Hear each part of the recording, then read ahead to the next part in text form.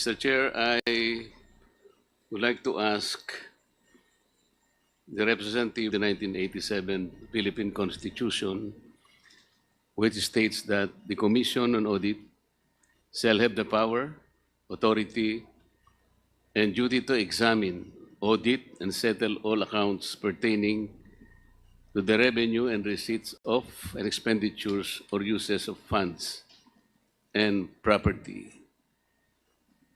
You understand this provision, Madam? Yes, Mr. Chair. This provision is constitutional. Yes, Mr. Chair. And this is related to Section 25 of Presidential Decree 1445 or the State Audit Code of the Philippines, which is statement of objectives. It says that in keeping with its constitutional mandate, this is in relation to the provision in Constitution I previously referred to you, the Commission adheres to the following primary objectives. I'm quoting paragraph 2, Mr. Chair, which states to develop and implement a comprehensive audit program that shall encompass an examination of financial transactions. Account also familiar with this provision. Yes, Mr. Chair. And under Section 26, with title General Jurisdiction, the authority and power of the Commission, meaning COA, shall extend to and comprehend all matters relating to auditing procedures, systems and controls, etc., etc., the examination and inspection of the books, records, and papers relating to those accounts, and the audit and settlement of the accounts of all persons respecting funds or property received or held by them in an accountable capacity, etc., etc. You're still familiar with this provision?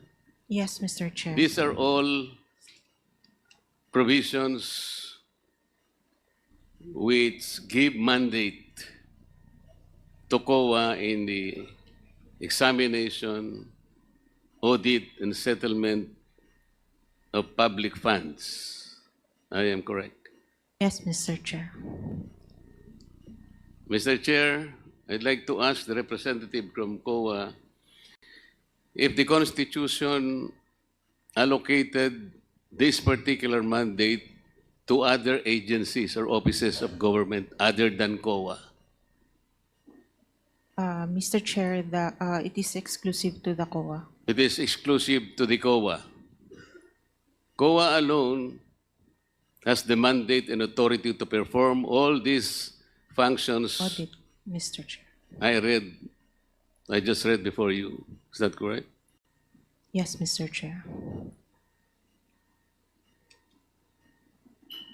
In issuing the audit observation memo to the Office of the Vice President, the examination in relation to this action, Madam. What audit actions, Mr. Chair? Para makumpleto po ninyo yung audit observation memo na inisyo po ninyo sa opisina ng Vice President, ano po yung nararapat gawin nila para sa ganun matugunan po yung action na ginawa ng COA? As to the AOM, Mr. Chair, kailangan po nila mag-submit ng compliance dun sa observations namin, Mr. Chair. Ilan-ilan pong mga requirements ang dapat gawin para po matugunan nila yung requirements na hinihingi po ng audit observation memo? Kung ano po yung nasa audit observation memorandum, Mr. Chair. Pwede po bang enlighten nyo kami kung ano-ano po yung mga yon para sa kapakanan po naming lahat at lahat po ng nakapakikinig nitong ating pinag-uusapan? Mr. Chair, depende nga po kung ano yung content ng AOM. So if there are 2 observations, edi malamang po, 2 po yung i-comply. If there are 5 po ang i-comply. Kaya nga po, Mr. Chair, I am referring to the audit observation memo that you issued to the Office of the Vice President. What period po? Kasi Ito pong pinag-uusapan natin ngayon. yung pinag-uusapan po natin meron po from 2022, meron din pong tatlo from 2023. No, yun nga po. Hindi po ba pinagsama na po yun at yan po yung subject ng inquiry ng committee ito? At dahil nga po doon, Mr. Chair, ay inadvisean po yata po. Sulat pong yun sa aking pagkakaintindi mula po sa interpellation kanina pa, ay mukha pong ina-advisean kayo ni Attorney Sanchez na i-ignore po ninyo yung subpoena ng committee ito sapagkat yung ignore po yung House probe sapagkat hindi pa po kumpleto o conclusive yung audit observation memo. Parang ganun po yung aking pagkakaintindi. Tama po ba? Yung request po nila, Mr. Chair, yes, Yes, po. ma'am. Yes po. Noon pong sabihin ni Attorney Sanchez na ang inyo pong audit observation memo ay hindi pa conclusive o hindi pa kumpleto sapagkat marami pa kayong ihingin sa kanila na isusumitin nila sa opisina ninyo, tama po yung kanyang isinulat. Hindi po ba? As to yung mga 2023 na AOMs po, kasi at that time, kailangan pa po nilang mag-comply. Yun nga po. Yung sa 2022 po, natapos na po yun, nag-comply na sila, nag-issue na ng NS, nag-comply na din sila. Tapos na po yun. Hindi pa rin po deficient, so nag-issue na po ng ND. Sa mga katwid, nag-issue na po ng ND. Yun pong ND ay yung Notice of Disallowance. Yes, Mr. Chair. Yung Notice of Disallowance po, Madam, is also not conclusive because ito po ay appealable and yes, contestable. Yes, Mr. Chair. Meaning to say, it is not a final judgment. Yes, Mr. Sa Chair. mga tweet, yung pong sulat nila sa inyo, ina-advisean po kayo na sana, hindi naman po siguro kawalan ng paggalang sa committee ito. Kung hindi, ang ibig nilang sabihin, sapagkat marami pa po namang kayong kakailanganin sa kanila na isasubmit, iniisip po siguro nila para hindi makomplicate ang pag-uusap, sana ay huwag na muna ninyong bigyan. Kasi po humihingi ang House, ang ating pong komite, nung mga dokumento na kakailanganin po dito sa kanilang pagdinig. Tama po ba? Yes, Mr. Chair. Okay. Bakit hindi po ninyo binigyan ng due course yung sulat po ni Attorney Sanchez? Ano pong dahilan? Mr. Chair, nag-issue po ang House, ang committee po ng subpoena duces tecum sa COA. And dun po sa rules ng COA, pwede naman po kaming maservan ng subpoena. And ayun po, nag-comply lang po kami based dun sa subpoena po. Mr. Chair, kung halimbawa yung subpoena ng committee ito ay tumutukoy sa mga bagay na hindi pa po ninyo iniimbestigahan, sa aking palagay tama lamang po yun. Ngunit dahil po yung bagay na hinihingi po nila ay iniimbestigahan na ninyo, hindi ba dapat ay pumayag kayo na sana'y i-advise nyo yung ang House na, Sir, Madam, with all due respect, ay hindi muna po namin kayo mabibigyan ng inihingi po ninyo sapagkat sa ngayon po ay kami po kasalukuyan pong nag-iimbestiga. Hindi po ba pwede ring idahilan yon, Madam, without disrespecting the Committee on Good Government? Mr. Chair, meron naman pong nire-recognize din naman po namin yung Congress oversight, and yun nga po, we were issued subpoena, so Mr. Chair, sinasabi ko nga po yun eh. Kung sa bagay siguro na hindi pa ninyo iniimbestiga, makatwiran lang na talagang pagbigyan nyo at nasa lugar naman po. Ngunit sa ganito pong itong pag-uusap na ito, na ang involved pong subject matter in 2023 na inyo pong iniimbestiga, hindi po ba nyo naisip na maaari pong makompromiso ang ginagawa ninyo? Halimbawa po, hindi po ba sa mga proseso o procedures na ginagawa po ninyo, ang audit observation memo at saka notice of disallowance ay confidential po in nature? Yes po. Ang mga partido sapagkat wala pang ang conclusiveness eh. Iniimbestiga pa nga lang eh. Tama po. Yes, Mr. Chair. Actually, audit lang po yung sa amin, not technically, hindi po investigate. Kaya nga importante po na ma-protection kasi ino-audit nyo lang. At alam po ninyo, yung pag-audit ay maaari pong i-contest mula sa level ng regional director, kung nasaan man nagumpisa. Kung sakasakali pong hindi natapos doon, maski sa level ng commission proper, inaapila pa rin po. At kung sakasakali po hindi napagbigyan doon, umaabot din po yun hanggang sa kataas-tasang hukuman, hindi po ba? Kaya po pinapanatili natin confidential ang proseso. Hindi po ba nyo naisip kung sakasakali, yung pong ginagamit po ninyo sa inyong pag-audit ay ibibigay po ninyo sa Committee on Good Government, mabubuyang-yang po yung mga dokumento because of the nature of the hearing in the House of Representatives. Tama po? Tama po. Kagaya po ng nangyayari ngayon. Bago po ako magpatuloy, ay gusto ko munang itala on record na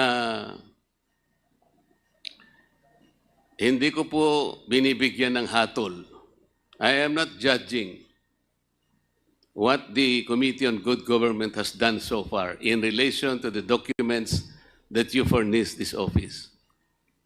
Ang sinasabi ko lamang po, kanina po sa unang pagtatanong ko sa inyo, ang sabi po ninyo, there is no other office or agency of government na binigyan po o inallocate ng ating saligang batas para kopyahin ang ginagawa ninyo. Wala na po, kayo lang. Hindi po ba niyo naisip na ang inyo pong gawain, ang inyo pong gagamitin sa inyong pag-audit ay nagamit po ng local government at hindi nyo man lang ipinaliwanag, sana kanina pa po na tinatanong ko, bago pa po ninyo ibigay, pinagbigyan nyo sana yung sulat po ng attorney sapagkat nasa inyo na po ang pag-uusisa ng pag-audit. Masasakripisyo po, masasapubliko po ang gagawin ninyo kung sakasakali. Tama po ba? Tama po, Mr. Chair. Ang audit po ay exclusive sa Commission on Audit. Pero since ang Congress po ang may hawak sa yung pera po ng yung power of the purse po, I think we do recognize yung Congress oversight over that power, and similar to sub judice po, hindi po nababind ang Congress pagdating po sa power ng Congress na yun po. Mr. I Chair, think hindi gusto ko naman po pong... audit ang gusto nilang gawin, which is yung audit po ang sa amin. So, Mr. Chair, gusto ko pong malaman sa sagot ng ating representative ng COA. Opinion mo ba yan o yan ay kinuha mo sa pinakamataas na opisyal ng COA sapagkat hindi ikaw ang magbibigay ng katwiran dun sa kung ano yung power of the purse at kung ano ang significance nung subpoena na tinanggap ninyo. Ito ba ay pinag-usapan ninyo, tirefer mo sa commission proper? Somehow na-discuss. Ano po? Somehow po na-discuss. What do you Although mean somehow? Kasi po importante yun eh. Alam po ninyo na magkakaroon po ng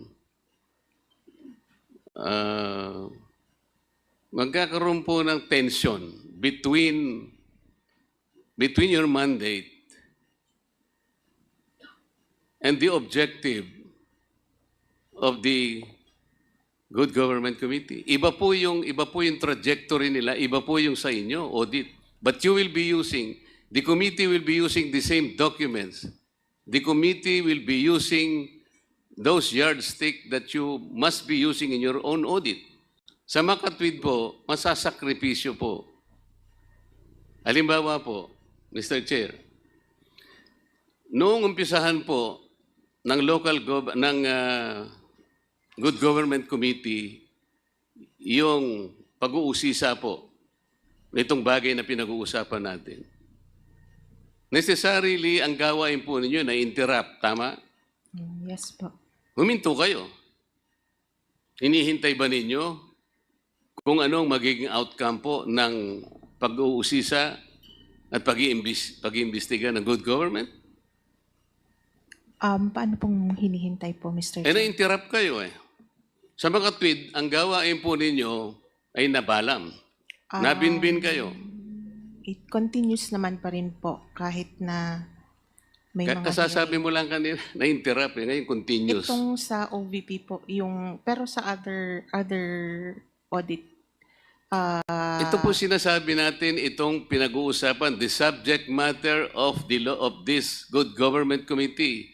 Necessarily, ang trabaho po ninyo in relation to the issuance of that audit observation memo was interrupted.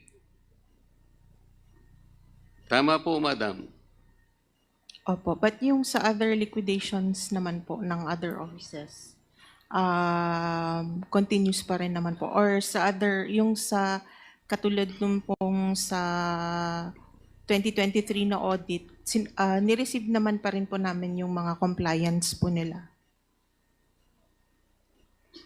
Madam, dito po sa binasa kong provision kanina, Mr. Chair, kayo po ang may karapatang gumawa ng isang comprehensive program kung paano isasakatuparan ang pag-audit sang-ayon po sa pamantayan ng ating saligang batas. It cannot be delegated to any other agency.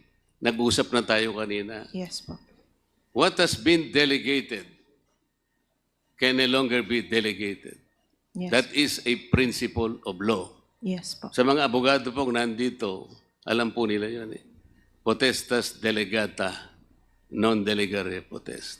Nagkakaintindihan po tayo. Yes po. So effectively, you delegated the idea, the work that you have been doing in the first. Ano ngayon, hindi po ba na-compromise yung independence ng Commission on Audit? You have to remember, the COA is an independent constitutional body. Yes, Mr. Chair. I believe there is no compromise naman Yun po, ang palagay mo. since yung audit procedures still belong with the Commission on Audit. Yun ang palagay mo. You're talking of procedures, pero compromise nga yung mga dokumentong gagamitin ninyo eh. Kasi binigay mo nga, sabi ko nga sa'yo, walang kasalanan ang committee ito sapagkat binigay mo without advising them. Sana man lang, sumulat ka man lang, and then the committee, malay mo, they have weighed their options. Baka sakaling hindi ganito nangyari. In this particular case, narinig mo kanina, nagsalita ang aming speaker. Sabi niya, let us strengthen the institution that uphold our democracy. Pero po, doon sa ginawa po ninyo, did you strengthen the foundation and the independence, the authority of the COA as enshrined in the Constitution? Mr. Chair, dun po sa compliance po namin, we emphasized on the confidentiality of the information. So kami din po, hindi rin po namin in-expect that it would be released. Seems this is always public. Ikaw naman. How can you say na hindi mo alam? Sa inyo po kasi confidential. Iba po yung modality nyo because this is audit. Pero once na binigay mo dito, the House of Representatives and all the committees will conduct and undertake meetings publicly. Wala po kaming private meetings. So pag sinabi mong hindi na compromise, opinion mo yun eh. Opinion mo. You are not in a position to tell us na hindi na compromise. Only time will tell. Siguro po dapat pinaalam po ninyo. The fact that you did not even, dapat sa... The go signal was from the chairperson. And so, ang napag-usapan You are saying po that the commission is- proper, who gives the go signal? The chairman of the COA? Sa being the head of the ICFAO po, siya yung head po ng ICFAO.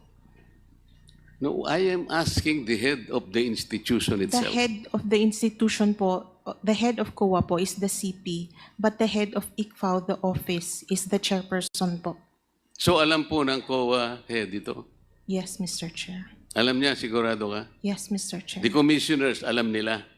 Yes, Mr. Chair. Okay.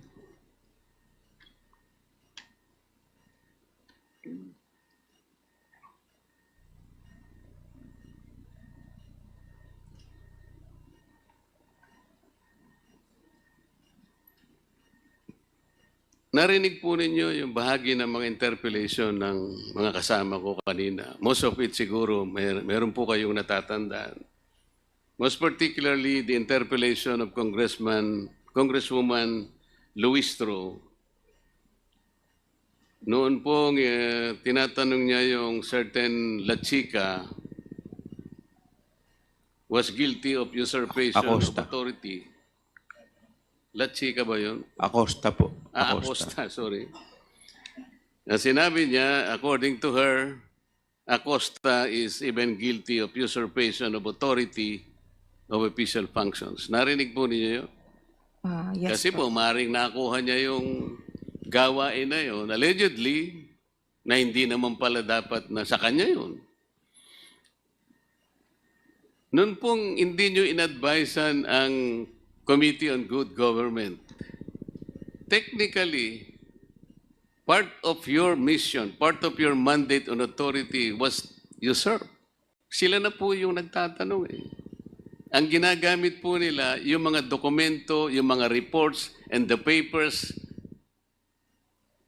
na sa saligang batas, ang sinasabi, kayo po ang dapat mag-examine, kayo po ang dapat mag-audit, nobody else.